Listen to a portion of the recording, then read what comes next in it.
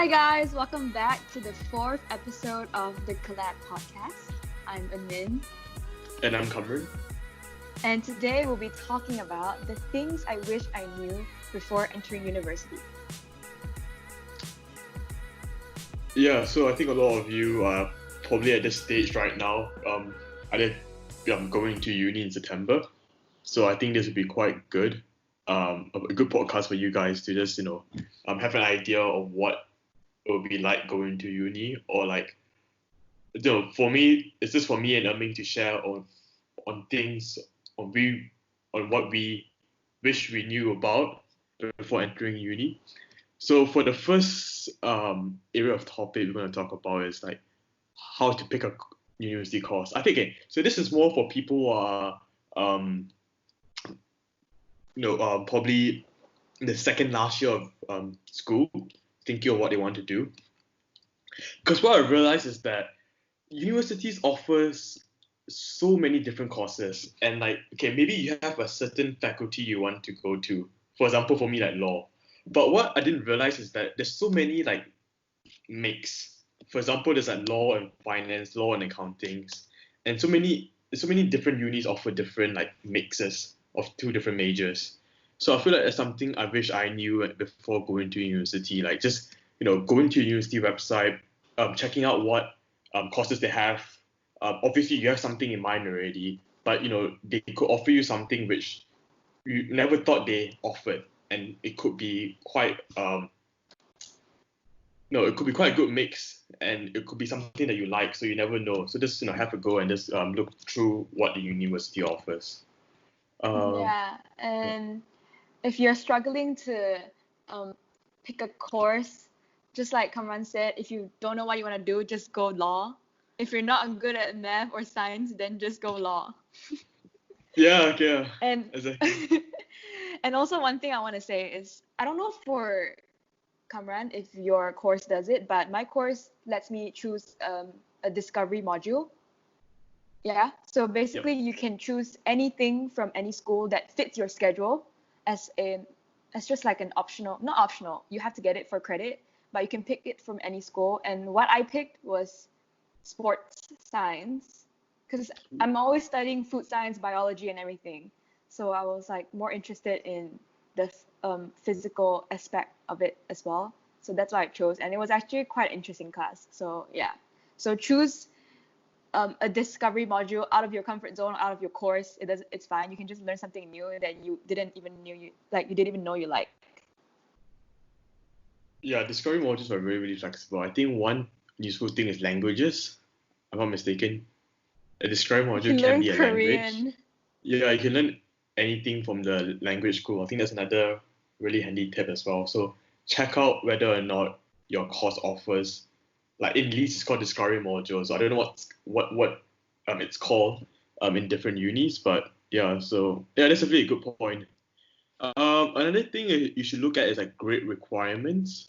So what I realized is okay, sorry, I already know the law side of it. If you're gonna go into straight law, most of the time, you're looking at top unis, Russell Group unis, it's A star AA or triple A for A level requirements. But if you mix it, for example, you mix law with anthropology per se, the requirements goes quite low. It goes to AAB, and you still graduate with a bachelor's of law. And you Wow, also, life hack, dude. Life yeah, hack. exactly. It's a life hack. Like you still can get the same outcome with a lower grade requirement. Plus, you're also learning something on the side. It might not be useful in the future, but it's a mix, because it's so boring to do something just pure science or pure law or pure econs or pure accounting and finance. Sometimes you want to mix it up with something else in uni. So I think that's a life hack as well, because that's what I really realized, especially for law, econs, accounting and finance. If you mix it up, the grade requirements actually go quite not low, but it drops. So yeah, Yeah, and with that's another thing accounting to and think about. finance, it's applicable to everyday life anyway. If you start a business, it's always helpful. So it's good to have it in your pocket. Yeah, Yeah. exactly. I think you All can do that right. in the module. You can do that what? I think you do like accounts or finance as a discovery module. Yeah, you can. It just has to fit in your schedule nicely. Yeah. Because last time I actually tried to do calculus, but it was insane. They just had classes every day, and I was like, Yeah. not doing that. Damn. Okay, let's move on to the cost. So when you're entering university, the three main costs you have to take into account is tuition fees, accommodation fees, which is where you live, and rental fees. Yeah. Well, a tip we can give for saving a bit of money is to search for student discounts, especially in UK. I know in Malaysia they do it too, but in UK, student discounts are crazy. They save you so much money. If you download Uni Days or Deliver, what's the other one? There's another one. Okay, I don't remember, but Can't remember. but even when you buy laptops, your iPad, I bought my iPad with my student NUS. discount. Oh, NUS. National Union of Students. I can't remember. I don't know.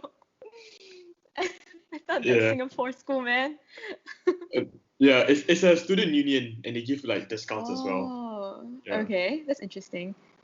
Yeah, and yeah, so basically before you enter uni, other thing you have to do is just research your tuition fees. Maybe you can get a scholarship.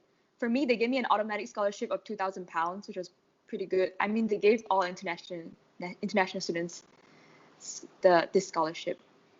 And yeah, cost of living will be covering it more in the next point, and the rental as well actually. So I think we can just move on to the next point.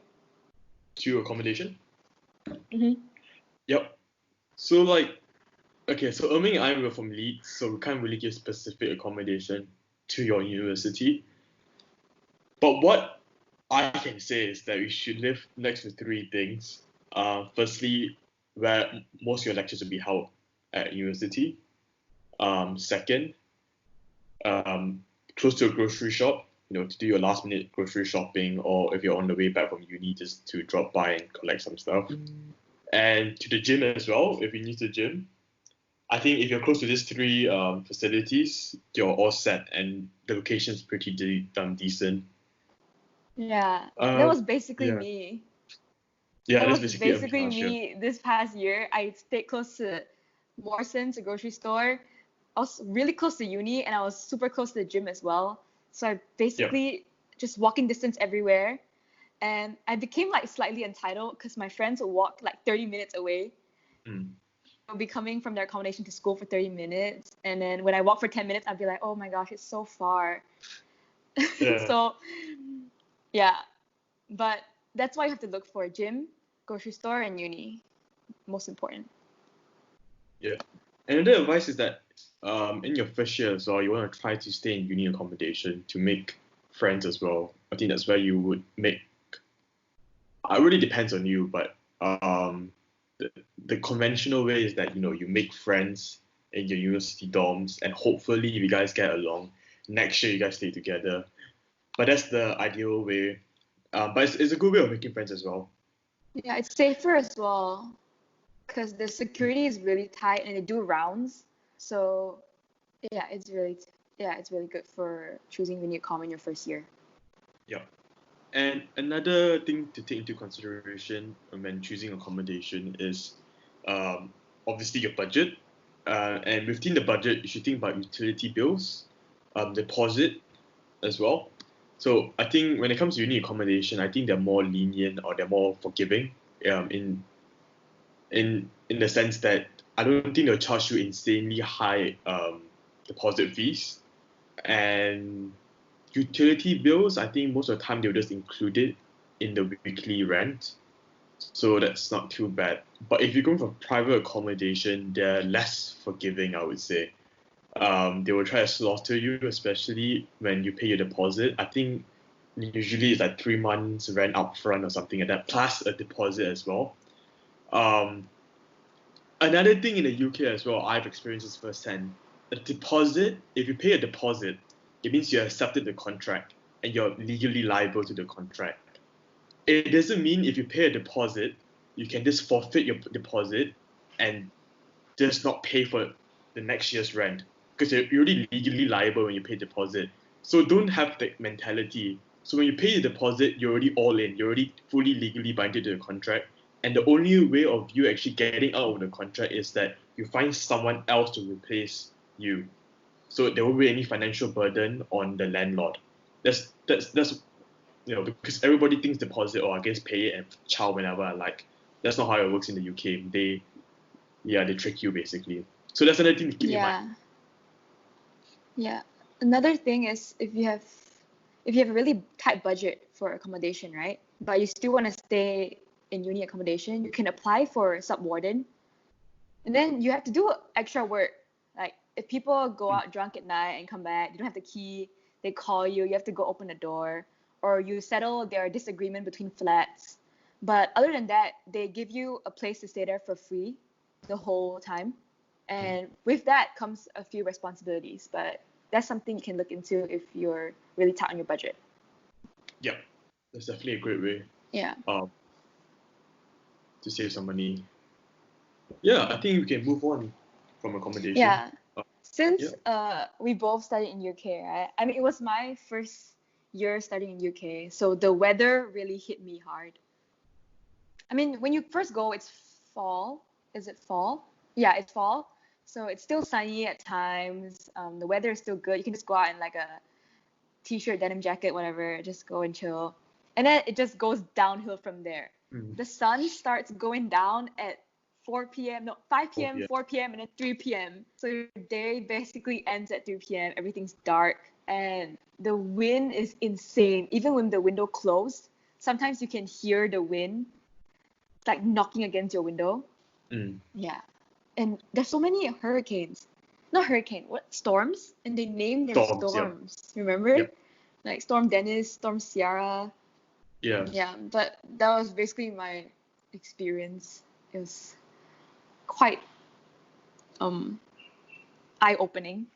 Yeah, Ming brought up some good points there. And I think another thing is that for me personally, I was quite gung-ho when I went there. So I thought, the gloomy weather would not, affect my feelings.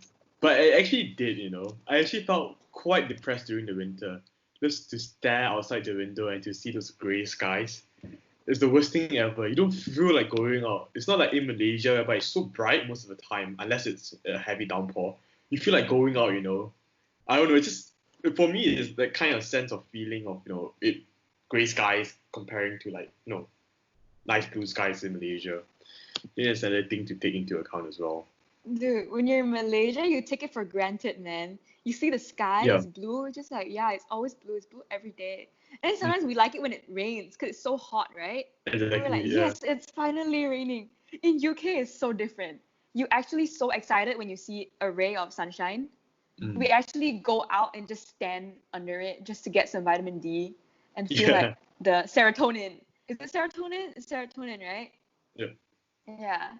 So when I came back in December, it was so funny because I was in the car with my mom and I just kept staring up into the blue sky. She was like, "What are you doing, man? We can look at the sky." I'm like, "UK's not like this, mom. Just let me look at the sky." It's so funny. Yeah, definitely take things for granted here. But there's another thing to just, I think you get used to it. You get used to it, yeah. Yeah. It's just a big change. Big change, yeah. Yeah. And because it's really rainy as well, right?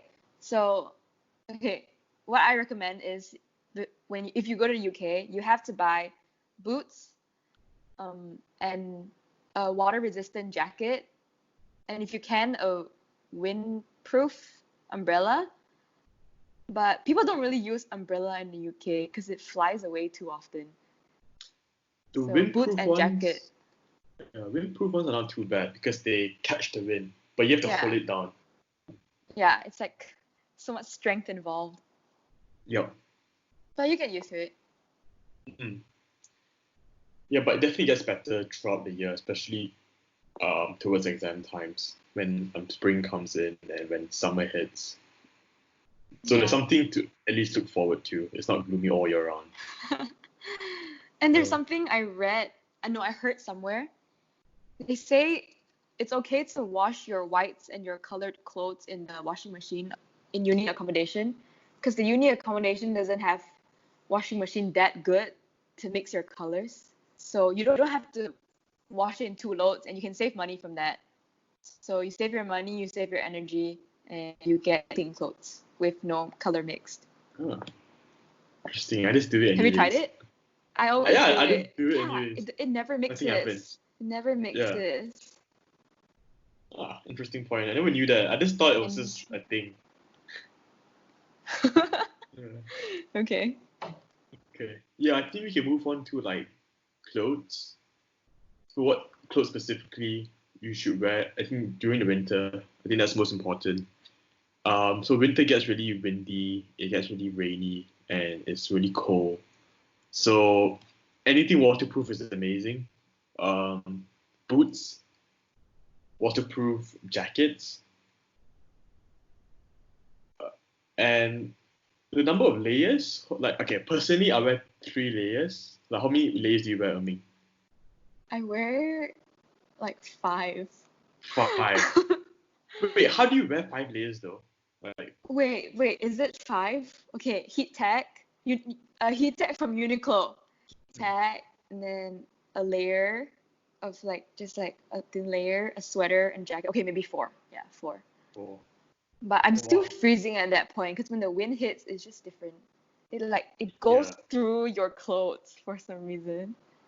yeah. But I would say I'm really afraid of the cold though. That's why I think 4. Normal people just wear 2 or 3. But yeah, I'm just more afraid of the cold. I'm afraid of the cold as well. Island I girl. wear 3. Yeah, Just deal with it. yeah, just deal with it. Yeah. But And yeah, go on. no, sorry, you go on. That's fine. Oh, I okay. can't be fine. Another thing when you go to uni is the amount of responsibilities you have, and nobody's nagging you unless your mom calls you and nags you, I guess. So you have your own room to yourself, and how clean it is just determines on you. And of course, you don't want to live in a really dirty room, so you're responsible of cleaning it. You're responsible of washing your toilet. You're responsible of vacuuming your floor. And most of the floors are carpet, so it's quite dirty actually. If you randomly pick it up, it's just random chunks of hair. It's Yeah. really gross, but because the carpet keeps you warm in winter, that's why they do it. So you have to clean your house by yourself, and then you have to go grocery shopping as well. You have to sort out everything for yourself. You have to cook for yourself. And that brings us to our next point. Yeah, wait, sorry, so I have something to add. I think, yeah, for what Irving says, a lot of responsibilities, but try to make it a habit, maybe a weekly habit. For example, have a day of for grocery shopping, maybe your free day, or have a day to do laundry, and make cleaning a habit. Maybe do it every day in the morning if you're a neat freak, or do it 3 or 4 times a week, or at least do it weekly, at least once a week. Or else it'll be disgusting. How often do you clean your room? Oh, okay, I'm quite disgusted. Once a week. Well, how do you clean? Just vacuum? Yeah, I just vacuum. I just wipe down my table with what hand wipes or whatever it is. Yeah. And one Yeah. thing, you have to change your bed sheets. Oh yeah. Dude, How how often do you often do change you your bed change it? sheet? Like 2 or 3 weeks. Yeah, once a month. Yeah, okay. Yeah. But I only have one set of sheets, so I have to wash it. What? And then my bed's just naked, and then I have to like put it back. Yeah. No, that's not good. I bring 3 just in case. Yeah. Dude, So I went I can rotate 3 it. luggages, right? Yeah, 3 luggages. Yeah. What do you even It's carry? crazy. I have no idea. I brought like pots. I brought a lot of things. I have a mini vacuum for my bed. Oh, that's nice. Yeah. So you Oh. vacuum your bed. When you clean your sheets, then you vacuum it. You vacuum your pillows. Because a lot of dust actually. So you vacuum everything. Yeah. Kills the dust mites, supposedly. Oh, okay. I need Pro to. tip, if you're allergic to dust mites, invest in a bed vacuum cleaner. Never knew that. Yeah. So that takes us to food, basically cooking. So like obviously you won't expect the UK to have the best. I mean it won't satisfy your taste buds like I would say the food there. So you probably have to learn some cooking. I There's one mistake I did. I didn't learn really how to cook. So I had to basically try and error. I had to go on YouTube, look at recipes out and cook. But I'm a really bad cook. Like I don't really cook well. But it's a work in process. And like during this MCO period, I've been just in the kitchen, taking down notes, looking at my parents and how they cook. And I've actually cooked a few Wow. meals for my family as well to practice. Whoa, not bad. Yeah, because dude, last year it was crap. Like I cooked the worst food. I will burn chicken. I didn't know how to cook veggie. Like, I'll just eat the veg raw. It's disgusting. Ew. Uh, it was just disgusting. Like genuinely, like I wished I learned how to cook properly. I mean, I could have during uni, but I just didn't want to invest the time and effort to do so. But obviously during lockdown period, I was so bored. I had nothing to do. And it was one thing that I wanted to actually do is to learn to to cook simple meals. So I think yeah, definitely learn how to Yeah. cook a few. So when I was at home, I would always, because my parents would cook Chinese food. So I would try to cook the Western food like lasagna, pasta, and everything. So when I went to UK, I only knew how to cook Western food, and I missed the food back home. But I didn't know how to cook, so that's one thing you should learn. To learn what the food like how to make the food you usually eat. Yes. That way you won't miss home as much, and you will still have the taste of it.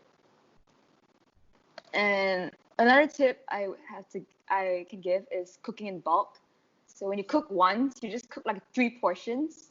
Keep it in Tupperware, put it in the fridge or the freezer, and next time when you're busy but you're hungry, you can just like heat up and eat it. That saved my life because before that I would cook like every single meal, and after you cook, you have to wash your dishes. That was so troublesome. And keep in mind, you share a kitchen with your flatmates, unless you live in a studio, I guess. So you have to, if all of your flatmates are cooking, then you can't cook. So pro tip is when the kitchen is empty, just go cook a bunch of food and keep it in the fridge. I have a medical friend in my flat, and she does that so much because she's so busy. She has to go to like the hospital every day, so she cooks a lot and then she always heats it up and eat it. So yeah, I think it's really smart. I have a question for you, Ming. As a food science student, because Mhm. how long can you keep the food after you meal prep? How long can you keep the food for in your fridge? In the fridge depends what food, because some food, um, they'll lose water and then they'll be like really watery. It will Mhm. seep out. But generally, I keep it for 1 to 3 days. But three is the max. I won't eat it after three. Maybe I'll stick it in the freezer. Stick it in the freezer. In the Freezer is your freezer. best friend. Yeah. Remember last time you cooked, you had chicken that was gonna expire the next day, and then you put it in the freezer, Yeah, and then you threw it out yeah. after 2 days. It was so funny. Was it or beef? Yes, yes. It's Okay, chicken. I didn't know you can put meat. I didn't know meat can last for so long in the freezer. I I was like, I just stand by whatever the expiry date said. If it says it's gonna expire in this day, I have to throw it out. No matter it has been in the freezer or has been in the fridge, I have to throw it out then. Then I called my mom and I've been just telling her I've been throwing a lot of things out because I've not been eating at home and stuff like that. She's like, why have you been throwing out meat? And I was like, because it expires. I don't cook too often. She's like, meat can last for 3 months in the freezer or whatever it is. And my dumbass has been throwing it away. Yeah, that's That another was pro tip so funny. for So people like funny. me. Yeah. When I heard he threw it out when he was in the freezer for 2 days, I was like, what is he doing? Yeah. That was so A bit funny. dumb. A bit dumb. Actually, very dumb. I mean, you learn from your mistakes. And then for mistakes, yeah. Meat can last for a long time in the freezer. Hmm. Yeah. What Okay. about you? How did you learn how to cook? Oh yeah, because you said Western food, yeah. But have you been learning how to cook Um, Chinese food these past few months? yeah, I learned the secret ingredient is just 5 spice powder, soy sauce, and oyster sauce. Like Yeah. these three things make anything taste Chinese. Yep. So if you're looking for Chinese food, just add any of these three together into chicken dish or like any dish, and it'll become Chinese. It's amazing. Nice. Yeah, I definitely And agree. yeah, I Because guess you can learn. Sorry, you can learn from YouTube a lot of it. yeah, YouTube's a friend. Mm-hmm. Wait, so you were saying? No, I just wanted to say I also like only know how to cook Western food, so I didn't know how to cook like Indian or Chinese food, so I missed that a lot, and you had to pay so much money to go out, cause like eating out there is really expensive as well. Like cooking a meal will cost you about £2 or £3 max, and that's like quite a decent heavy meal if you cook it at home. But if you go out, you have to spend like £10 10 plus. on average, 10 plus on average, Yeah. and it's not a guarantee that it will fill you up. You may have to spend more. So definitely learn how to cook. It saves you so much money, and if you can cook your own like kind of food you have at home, it's so much better. Yeah, taste Yeah. of home. Taste of home. Okay, so I think moving on from food, coping with studies. I think that's the next area we're going to talk about. So Yeah, let me ask okay, you, yep. where do you feel when you study, right? Where do you feel most focused and productive? A, at the library, where do you feel more focused?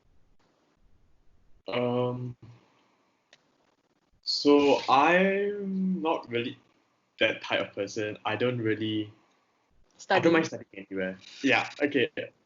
I study under time pressure. So if there's a pressure on me, I would do the work anywhere. But I think I feel more productive in the clusters. Like, yeah, Okay. I don't know why. It's just the feeling of having everyone around you working as well in a quiet environment. Plus, working on your device, which is not a laptop. So you associate that device to, okay, I'll be working on this only. I won't be watching Netflix or doing something else which is not studying. So I think this is the mentality of like going to a cluster and studying there. Yeah. What about you? Where do you like to study, or where do you find which place do you find you focus the Most most productive? Yeah. most productive? Yeah. I like to study in the library because I'm surrounded with everyone who's focusing. So it makes me feel bad if I don't focus. That's how I trick my mind to focus. And if I study in my room, right, the bed is like right behind me. So it's so tempting to just let's take a break and Mm-hmm. then take a break for 3 hours. Or, oh, I'm hungry. I'm gonna go cook something and just go off. So for me, I found my spot, which is the library.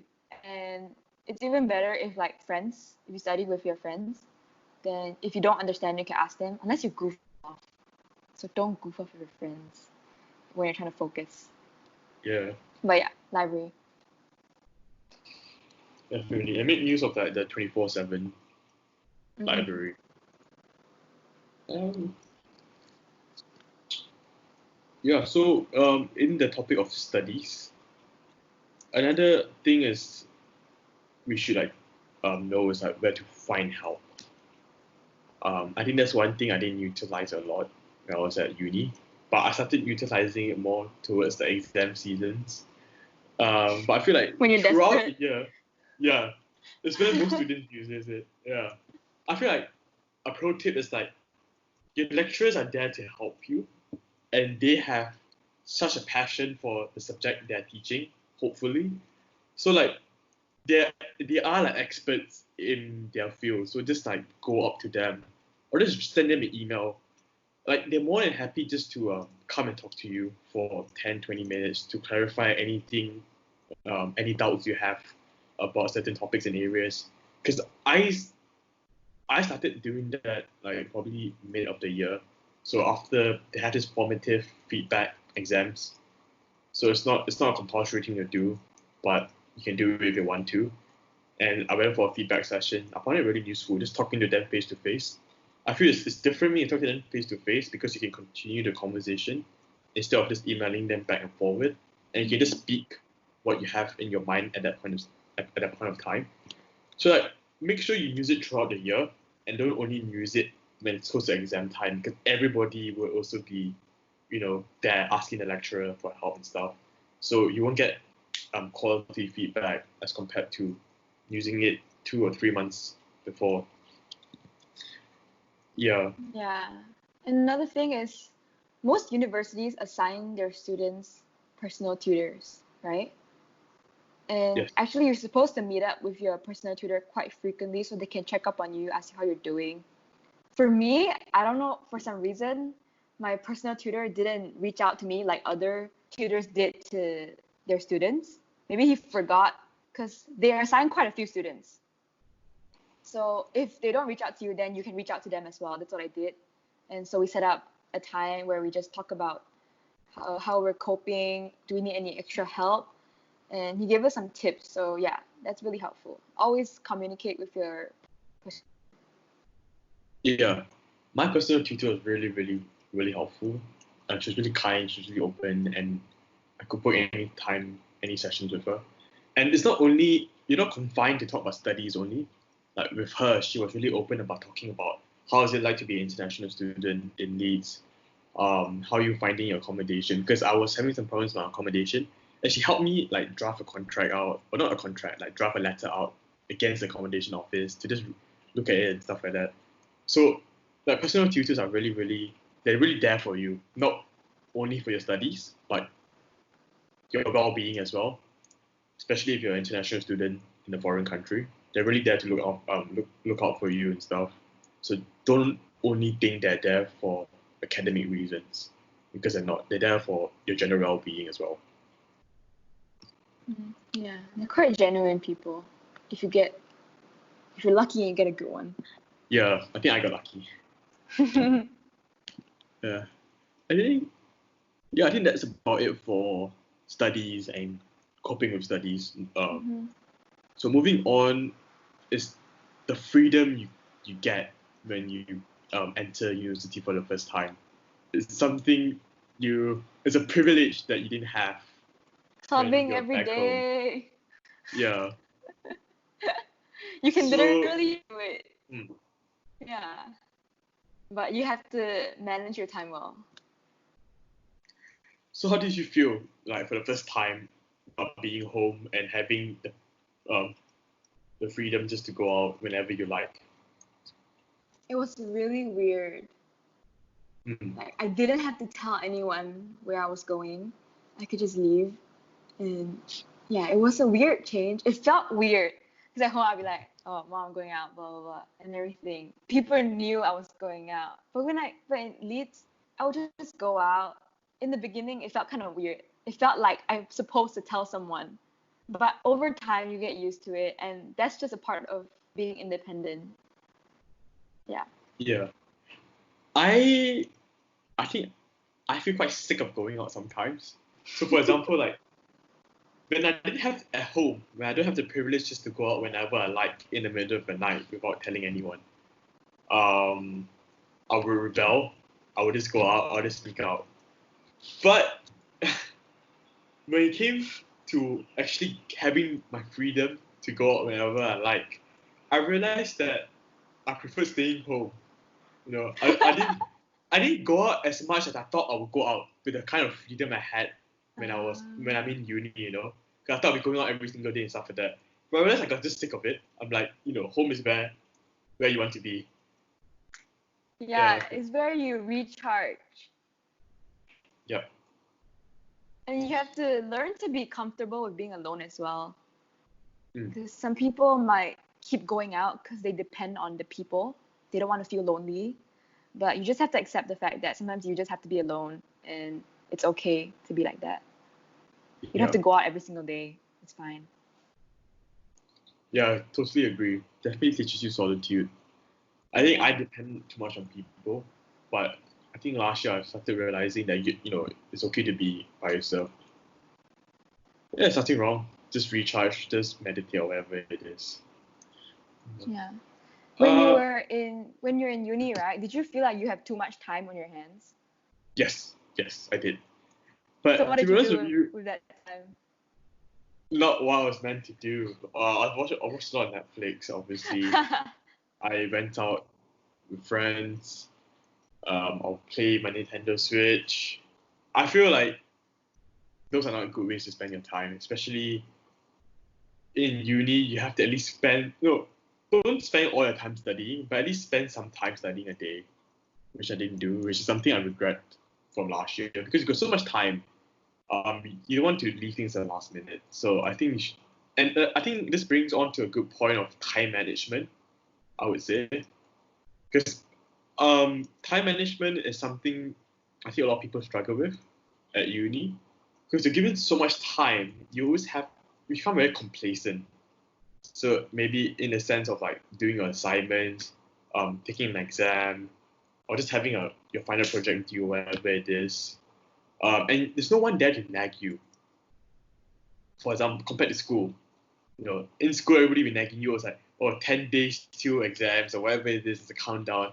In uni is really like, it's just full independence given to you. You have to just take charge. You have to make sure you time manage well. You have to make sure you wake up on time. You don't miss your lectures. And if you miss the exams, you miss the exams. Like, it's going to fail. No one's going to call you up. No one's going to call up your parents. So I Yeah, think nobody's gonna remind unless you're friends. But teachers exactly. won't bother to call you. They Yeah. have too many students to do that. So when you're given a lot of freedom, it's not like good as well. I think it comes with a lot of responsibilities, and when you're given more freedom, so that's another thing to take into mind, take into consideration. Yeah, that's true. So did you think about getting a part-time job since you had so much time? So I didn't no, my parents didn't really want me to get a part-time job. I think I'm one of those few lucky people. I occupy my time a lot with societal work, I would say. Mm. I don't think I could have coped with having a part-time job, being in the societies that I was in, plus my studies as well. But having a part-time job is great, I would say. Like hearing from what people earn, especially in UK, is quite good. Like it covers your like your daily expenses easily, and you may make more money actually. Earn more money to buy stuff you like. Exactly. Like, Yeah. I mean, did you think of doing a part-time job, or did you do a part-time job? No, I didn't, but I thought about it, and when I was trying to apply, okay, that's my problem. I was trying to apply in November, but then I came back in December. So people usually Mm. want to hire people for that period, right? Because Christmas, everyone wants to go off work, New Year's. So people are usually hired during that period. But I went back home. And I came back in January, and then I was planning to go at home in Easter. So I really can't find a job that's really want to hire me because I'm there such a short time. Mm. And I was planning to work after I come back from Easter, but then COVID happened. So yeah, I didn't get the chance. But I would if I had the chance though. It's a really great way to earn money. Yeah. Especially, I think they love students as well, because we're quite flexible in terms of timings. Yeah, but I would recommend people to get a part-time job if you can cope with it. Obviously, your studies are first, but if you can cope with it, get a part-time job because you can really, I think you can earn money. It covers daily expenses, it earns money, and a lot of people they use the extra money they earned to go travel in Europe or something like that. And yeah, so definitely get a part-time job if you can. Mm-hmm. So moving on to another topic is club. So basically clubs and societies. So personally, I think you should know what kind of clubs and societies you want to be in before you go into uni. You should just do some research at the student union websites, or just go on Facebook, just Google, just search up some clubs or societies that you could potentially join. Um, I think another tip I have is that don't join too many, or don't be committed to too many. Be committed to one or two you feel like your interest, that you have an interest in, because you don't want to be overwhelmed with too much societal work and then you forget about your studies. I think that's a tip. I want to give here. What about you, Ming? Did you did you think of any clubs or societies that you wanted to join before going to uni? Yes. I saw some sports Mm. societies, but I don't know why. I never got to go to there, give it a go. Mm. I think it's quite. You have to put a lot of effort into the sports ones because there's a lot of practices and they travel to play games. So I didn't really want to do that. So I joined the culture one. I joined Masok because it's like a home away from home. Just a bunch of Malaysians in UK. So yeah, join a Malaysian society. You feel like home. Yeah. Join the Malaysian society because homesickness has another thing as well. I think that facilitates a homesickness. But don't only join Malaysian society if you try to look elsewhere as well. And if it doesn't work out, it doesn't work out, it's fine. But try to explore. There's so many different clubs and societies at university. It's like there's a club and society for everything. I think there's like a wine tasting society, if I'm mistaken. It's really obscure societies that will be at the student union. So yeah, definitely take full advantage of it. And it's a big part of uni as well, I would say. After your studies, I think clubs and societies is probably the second thing which occupies a lot of your time at uni after your studies. So it's definitely something to take into account before going to uni. Yeah, during Freshers Week, they usually have clubs and societies set up in different places. You can just go because people are advertising it. So you can just go and check out what you like and you can just go to there, give it a go. I think most unis have it. Yes. And if you like it, then just join them. It was so funny because I went to the Freshers Fair for clubs and then they were promoting a swimming thing. So these guys were just wearing like really short trunks and walking around promoting the swimming society just to attract people. Yeah. Yeah. Yeah. Cool. So I think that basically covers it for what we should think about before going to university. Yeah. But That's obviously basically what you and I learned during our Yeah. first year. No, I mean, yeah, first year in UK. Yeah. Yeah. So, but in this current context, in these current times, we should definitely think and consider about COVID impacts as well. It's not something I wish I knew before I went into uni, but I think it's definitely for people now. So obviously universities now are offering like two types of learning. One is completely online learning and another one is hybrid learning. So for Ming and I at University of Leeds, they are moving into more of a hybrid learning. They're taking a hybrid learning approach. So that's another thing to think about whether or not you like that, because that may severely impact your social life, because you wouldn't really meet people physically.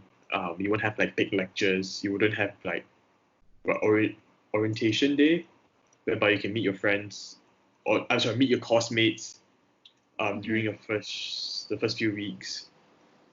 So that's something to consider as well. Yeah. Actually, I made most of my friends from society. Large social gatherings, which might not be permitted in the short run of the future. So I think they will come up with other ways for gatherings, maybe smaller scale. Yeah. So you don't have to worry about it that much. Yeah. Okay, so that basically wraps it up. So yeah, I think the final point is that, okay, I mean, what are your key takeaways you will give to people? Okay. Like my final few advice points. for people who are entering uni is don't feel pressured to make friends right off the bat. It's okay to not go to every single event in Freshers Fair just to make friends, because likely those friends aren't going to last long. You don't know them. It's just surface level. You don't really know their personality. You don't know if you vibe with them. So take it slow. People will come and then you just get to know more people gradually. There's no need to rush into any of it. Yeah. And also, one more thing is, you don't have to compare yourself to others on how well they are adapting to uni. Maybe you're just a person who likes, who misses your home more. So it'll take you a longer time to adjust. So don't compare yourself to others who's already making a lot of friends, partying, coping well with their studies. Just focus on your own journey and work on yourself. Yeah. Yeah, I definitely agree with that. There's also the homesickness. Everybody will feel it's normal and it'll go away, so don't worry about it. At some point, I was really, really homesick. I even called my mom and said, I want to go home. I don't want to be here. And she just told me, like, it's okay. It's just a phase. You'll get over it. It's part of the experience. Yeah. And it's true. Now I learned it. Yeah. Yeah. What about you? What's your advice? Freezer's your best friend. Freezers are your best friend. I like Store that. anything in your freezer. Yeah. I think my advice is to have a good support system. I think that's really important when you're at uni. Take advantage of the first few weeks. Try to make what I mean is try to just meet people. Don't be pressured to make friends. Just source out, see whether you vibe with them. But meet as many people as possible. Try to make friends and definitely have a good support system throughout uni. Because these are the people that, because you definitely need it. You will definitely have good and bad times at uni. And you need someone to talk to. You need someone to be just there if something were to go wrong. So have a good support system. I think that's key for uni. Yeah, so Right. And if you need any mental health support, your uni should have a place where you can find help. Yeah. And if not, because if you go to UK, you're covered by the NHS, so they can provide free support. You just have to look it up. And in our Instagram post, we also provided quite a few hotlines in Malaysia, international, and UK. So if you need any mental help, you can go check it out. Hopefully it'll help. Yeah. So that wraps up this podcast, right? Yes, definitely. Okay, I think we went through most things. Yeah. But if you guys have any more questions, please just DM either Aming or I on Insta. Or especially the podcast Insta. Or the collab.podcast. Yeah, we'll be more than happy to answer your questions. But and if you have anything you would like us to discuss or talk about, you can also hit us with it in a DM. Yeah. The collab podcast. So okay, that's it. So that basically wraps it up. Thank you for tuning in to our 4th episode. We wish this was informative and you took away some points or you learned something new. Please share it with people, especially people who are about to enter uni or people who are thinking about university. So please follow our Instagram page, please subscribe to our YouTube channel, and please follow our Spotify page. Until next time, we'll see you. Bye. Bye. Thanks. Bye.